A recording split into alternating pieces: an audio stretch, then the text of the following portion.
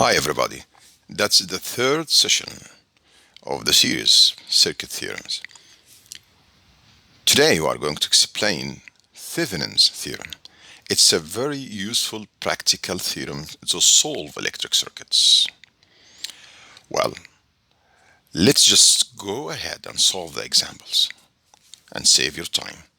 Now we have in the circuit load connected at the terminals A, B. This load is variable. You can change the value of the resistance. So it's not wise that every time you change the value, you solve the circuits over and over and over for each value of the load of the resistance. So what is the best solution? The best solution, if you can find an equivalent circuit and this circuit represent the actual circuit, and then you can connect the load, whatever the value. If you want to change the load, you change the value of the load, that's okay. So the question is, what's inside this circuit? What should you use? Okay. Well, Thevenin theorem said they are going to replace the whole thing by a voltage source called V Thevenins or V equivalent Thevenins in series with R Thevenins. So the whole thing inside this box represent the whole circuits. That will be easy and practical. So it doesn't matter what the load you're going to do or use. In this example, we're going to find the equivalent Thevenin circuit. You got to find the equivalent resistance and equivalent voltage. First, let's find the equivalent resistance, which is called R Thevenin. Sometimes they call it R equivalent. To do that, the first step, you have to kill all sources. Again, as we explained before in superposition, how you kill the sources. Any voltage source, put it 0. It means short circuit on the voltage source. Any current source, you make it 0. It means you make it open circuit. That's the basic thing we're supposed to do, the first step. All right. So let's now do the first step. We'll kill this source, I will just to sketch it again. I'll tell you exactly what we'll do so you can feel it. That's 12 ohm, 1 ohm, and the current source, and the voltage source. And to do Thevenin equivalent, do not connect the load at 8B. Disconnect the load. If you leave it and you take its value with you, it's wrong. So now we say we kill the sources. The current source will be open circuit. So how we can make it open circuit? Just remove it. And the voltage, you make short circuit. We don't remove it, but you put wire on it. But once you put wire, short circuit, it means any current will go in the wire, not in the supply itself. So that's your circuit without the supply. You open the circuits for the current source, you short the voltage source. And now we look from here, see what can you see? This resistant and this resistant, they are in parallel. So it doesn't look like, no, the resistant, this is A and this is B. So A is connected to this terminal of the resistant and B connected to the resistance, to the terminal of this resistant. So if you like to modify to make it look like the way that you used to, you can just make it like that. Now it look like parallel. So 4 and 12 are parallel. So what's the equivalent of 4 and 12? 4 times 12 divided by the sum. 4 times 12 divided by 16. So by 4 is 1, by 4 is 3, so it's equal 3 ohm. So we'll just replace these two resistance by one resistance equal to 3 ohm.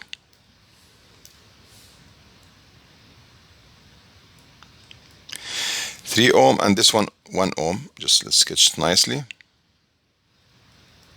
So I will say they are in series.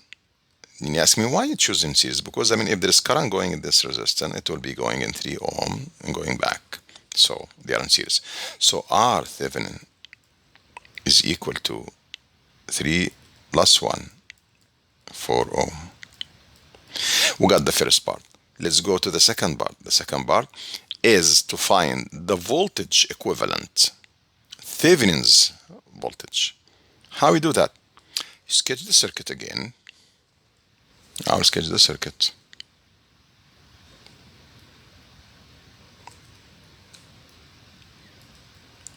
But leave the old supplies. No. That's 32 voltage.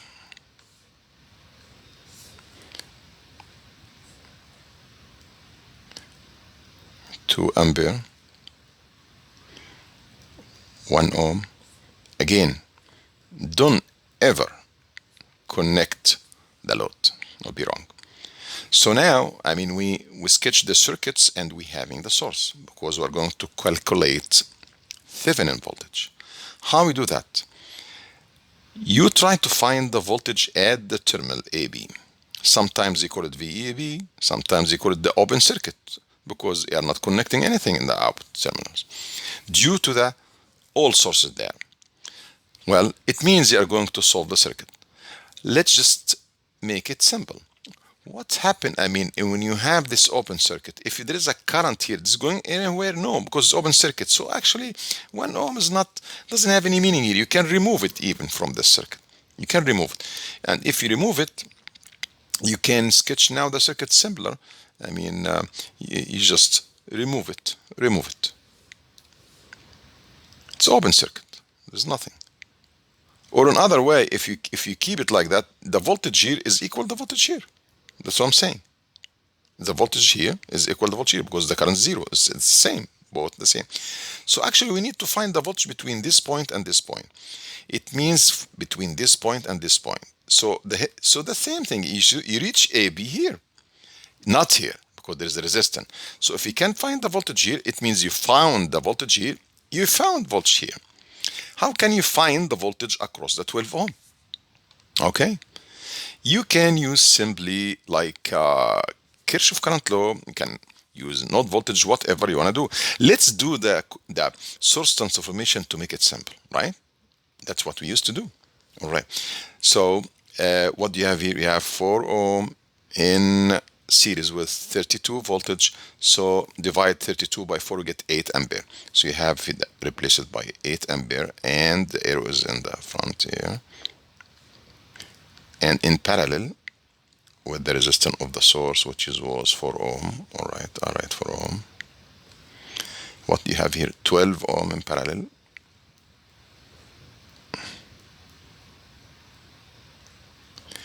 And the current source. And as I told you before, even if you make the resistance here 1 ohm, it's not really effective. Because, I mean, there is no, it's open from this side. You want to find the voltage here again. It's the same as voltage here. It's the same as here. It's the same. It's just, I mean, now when you made this transformation, it's just the volts between any 2 points is the same as the output here. Well, you can do also, I mean, 4 and 12, they are in parallel.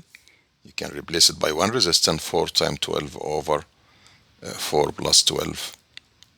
So it is equal 4 times 12 over 16.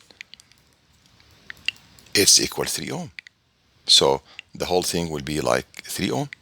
Well, there is one here. And just you have one resistance, 3 ohm. Now we have 2 ampere going to here and 8 ampere going in this direction, like 10 ampere, right? You tell me, but there's a node here. I told you.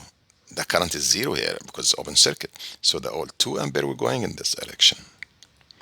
And 8 ampere going in this direction. So will be 10 ampere here. With 10 ampere going there, multiply 10 ampere by 3, you get 30 voltage. So it's 30 voltage, 30 voltage, 30 voltage, 30 voltage, because the current is 0 here. So the output voltage is equal, or the open circuit voltage equal 30 voltage. So we can say now V Thevenin is equal 40 voltage. So now we have the voltage equivalent is equal 40 voltage, and we did the R Thevenin's 4 ohm. 4 ohm, 40 voltage. So this whole circuit, the whole circuit will be represented by R Thevenin, which is equal to 4 ohm, V Thevenin, which is equal to 40 voltage, and the terminal AB. And now you can connect your resistance if you like. Whatever value, you can change it as you like. Let's say 6 ohm, for example. It's required to find the current in this load. Okay, once you connected, now the current will go through it. That's IL.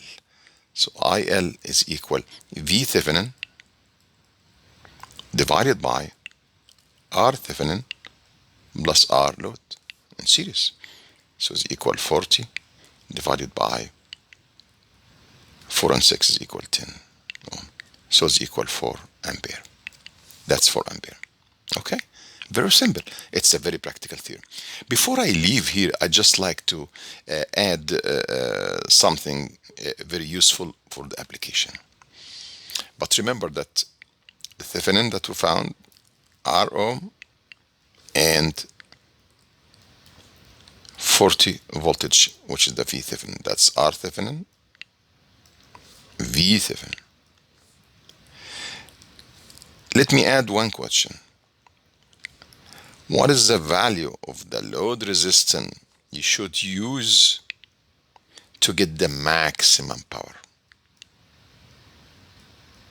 When can you get the maximum power out of the source? The maximum power can be obtained if the load resistance equal Thevenin resistance. It means if RL is chosen to be R ohm, that's it, you get the maximum power.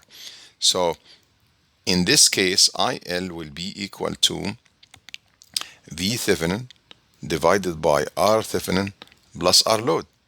But R load here is equal R Thevenin. So it will be equal V Thevenin divided by 2R Thevenin. And the power is equal IL square times R load, if you want to find the power here. So square this one would be V Thevenin square, and then when you square 2 would be 4, square R Thevenin, and multiply by R load, and R load in this case is equal R Thevenin, as we explained, R Thevenin. So R Thevenin cancel the square, so you got 1/4. So the maximum power is equal 1/4 V Thevenin square divided by R Thevenin. So for any circuit, to find the maximum power, just choose the load resistance equal to the Thevenin's resistance, and the maximum power will be equal to 1/4 V Thevenin squared. Thank you for your attention.